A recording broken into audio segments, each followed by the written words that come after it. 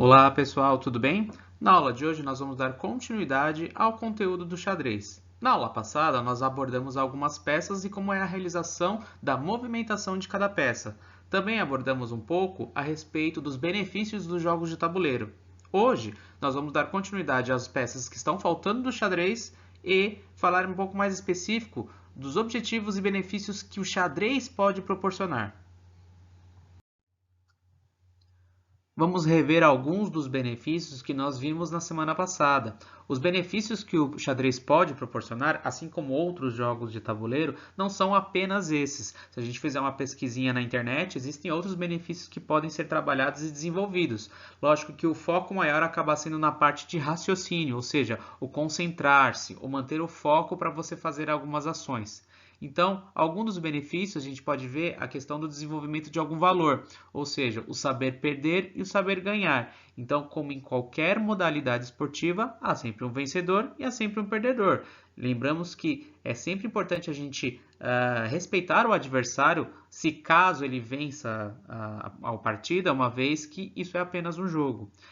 Desenvolvimento do raciocínio lógico e concentração. O xadrez exige que o seu praticante enxergue várias jogadas à frente, o que mantém a concentração, o pensar antes de agir. Lembre-se que a gente falou muito disso na semana passada. Antes de você tomar uma atitude, pensar nas consequências antes de agir. Então, concentração, raciocínio, pensar antes de fazer a jogada.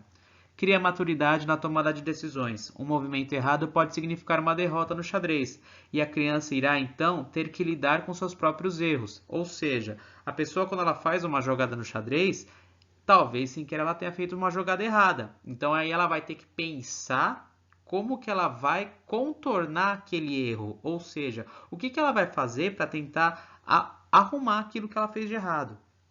Jogos de tabuleiro ajudam a unir a família. Então, principalmente nesse período que a gente está de pandemia, né, é a oportunidade para você passar o tempo mais com seus pais, com seus familiares e assim por diante, mantendo esse vínculo desse jogo. Jogos de tabuleiro mantêm o cérebro mais jovem, ou seja, para evitar que uma pessoa desenvolva futuramente alguma doença relacionada à parte intelectual, como o Alzheimer, então é uma forma saudável de você exercitar o seu cérebro, porque você está mantendo ele em constante trabalho ao raciocinar, ao pensar e assim por diante. Falando um pouquinho mais específico das vantagens do xadrez, que não foge muito daqueles benefícios que nós comentamos no slide anterior. Então, algumas vantagens que o xadrez pode proporcionar. Maior desenvoltura ao tomar decisões, ou seja, a pessoa ela trabalha com mais facilidade, mais rapidez ao tomar as decisões de como fazer as jogadas. Treinamento do senso do pensamento crítico, né? Onde a pessoa ela passa a ter mais informações daquilo que ela pode expressar referente a um determinado assunto, né? Maturidade intelectual, poder de análise e consequência, que seria o quê? Você analisar a situação da sua jogada pensando nas consequências. Então, por exemplo, você pode pensar o seguinte: vou movimentar a torre. Mas, antes de fazer a movimentação dessa torre, qual a consequência? O que será que o adversário pode fazer contra esta movimentação que eu fiz? Então, análise e consequência. Aumento da disciplina, responsabilidade das ações, habilidade de antecipação, aumento da velocidade de pensamento. Ou seja, são desenvolvimentos em que a pessoa parte da questão cerebral, ou seja, o desenvolvimento do raciocínio lógico, o que pode favorecer a pessoa ao praticar as modalidades de jogos de tabuleiro, principalmente o xadrez. Vale lembrar que todos esses benefícios não é para você se tornar apenas um grande expert no jogo de xadrez. Vamos lembrar que todos esses benefícios eles podem ser utilizados na vida da gente. A questão de você pensar antes de agir nas coisas, você ter pensamentos mais rápidos naquilo que você for fazer e assim por diante. Vamos lembrar o objetivo do xadrez. Lembrem-se que o objetivo do xadrez é o quê? Eliminar o rei do adversário. O jogo de dama é você eliminar todas as peças do adversário. Então muitas pessoas acabam confundindo, achando que o jogo de xadrez possui os mesmos jogos, as mesmas regras do jogo de dama. E não é assim. Cada peça no xadrez tem a sua movimentação. Porém, a partir do momento que você conseguiu eliminar o rei do adversário, é quando a gente fala cheque, checkmate. Então, o checkmate, quando você elimina a peça do rei, é quando você finaliza a partida. Vamos relembrar agora as peças que nós aprendemos do xadrez. Na aula passada, nós vimos 3 peças: peão, torre e cavalo. Lembre-se que as peças do xadrez seguem ou movimentos na vertical, horizontal ou diagonal. Começando pelo peão. O peão ele é composto por 8 peças. Eles ficam na parte da frente do tabuleiro de xadrez, protegendo as principais peças mais fortes. Lembre-se que o peão ele se movimenta na vertical apenas em direção para frente. Pela primeira vez que você for movimentar o peão, você pode optar uma casa ou 2 casas.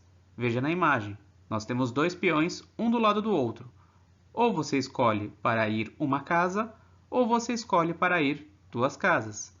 Porém, lembre-se que se você movimentar o peão novamente, aquele mesmo peão que você já havia movimentado, você irá apenas movimentar uma casa apenas. Peão novo que não foi movimentado, você pode até uma ou 2 casas. Para eliminar o adversário, é sempre pela diagonal, na casinha da diagonal que estiver o seu adversário.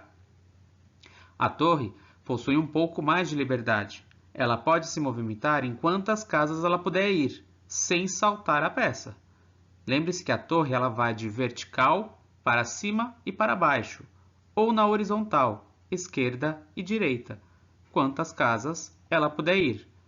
Ela elimina a peça do adversário pela mesma movimentação, ou na vertical ou na horizontal, sem pular a peça. E o cavalo? O cavalo nós vimos que ele possui uma regra: 2 casas em linha reta. Lembre-se que linha reta, você pode ter linha reta para a direita, linha reta para a esquerda, linha reta para cima e linha reta para baixo. Ou seja, é 2 casas em linha reta, ou para a direita ou para a esquerda no final da letra L.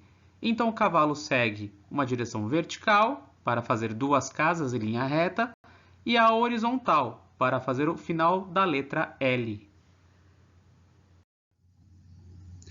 Na aula de hoje, nós iremos começar a movimentação das peças que estão faltando, iniciando pelo bispo.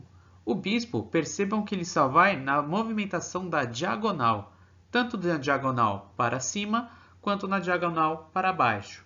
Seja na diagonal indo para a esquerda, seja na diagonal indo para a direita. Apenas esta movimentação, diagonal. Quantas casas o bispo puder ir, sem saltar peça no tabuleiro de xadrez. Bispo, move-se na diagonal quantas casas puder.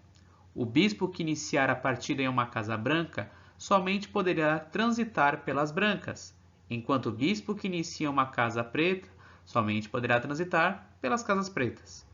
Bispo, movimentação diagonal. Rainha.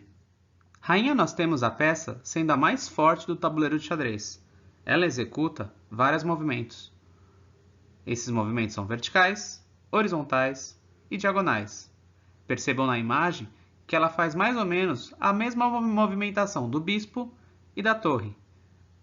Não pode saltar a peça, assim como acontece no cavalo. Ou seja, a rainha ela faz todas as movimentações, menos a do cavalo. Rainha é uma peça maior do jogo do xadrez. A rainha move-se ao longo da horizontal, vertical e diagonal, mas não pode pular outras peças. Por fim, nós temos a peça principal do xadrez, o rei. A peça principal não é a mais forte. O rei é a peça mais importante do xadrez ocidental, cuja captura é o único objetivo do jogo. Ou seja, lembre-se que o rei é o objetivo do jogo de xadrez. Você precisa eliminar o rei do adversário para vencer a partida. A sua movimentação consiste no deslocamento de uma casa na direção horizontal, vertical ou diagonal, desde que ela não esteja sob ataque do adversário. Veja na imagem que você tem as opções horizontal, vertical e diagonal. mas com uma pequena diferença. Vejam que ela faz o mesmo movimento da peça da rainha. A rainha, ela pode ir quantas casas ela puder ir, de baixo a cima do tabuleiro, nas direções verticais, horizontais e diagonais. Já o rei, apenas uma casa. Veja que na imagem ele te dá uma opção na vertical, uma opção na horizontal, uma opção na diagonal, para cima ou para baixo. Apenas uma casa. Muito bem, pessoal. Então, vamos finalizar este conteúdo referente ao xadrez. Tanto da aula passada quanto da aula de hoje, nós pudemos conhecer a movimentação de cada peça do xadrez: peão, torre, cavalo, bispo, rainha e o rei. Lembre-se que cada uma dessas peças possui uma movimentação diferente, ou seguindo a direção vertical, ou seguindo a direção horizontal, ou seguindo a direção diagonal. Algumas peças andam uma casa, outras peças, quantas casas elas puderem ir.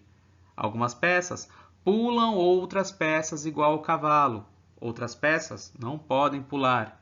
Então essas regras, elas vão ficar gravadas na cabeça da gente se a gente pôr em prática. Então meu conselho é: procurem jogar o xadrez, ou através de sites de joguinhos, ou baixar um aplicativo no celular. Existem diversas formas de vocês jogarem gratuitamente. Ou quem tiver o tabuleiro de xadrez, joguem com alguns dos seus familiares. Então ponham em prática os jogos de tabuleiro. Percebam esses benefícios com o decorrer do treinamento. Tudo bem? Na aula de hoje vocês vão fazer um questionário. Esse questionário vai ter algumas informações e questões referentes à aula de hoje com a da aula passada. Tudo bem, galera? Alguém tem alguma dúvida? Se vocês tiverem alguma dúvida, vocês coloquem lá na descrição ou pelo chat e enviem a sua pergunta. Um abraço e até a próxima aula.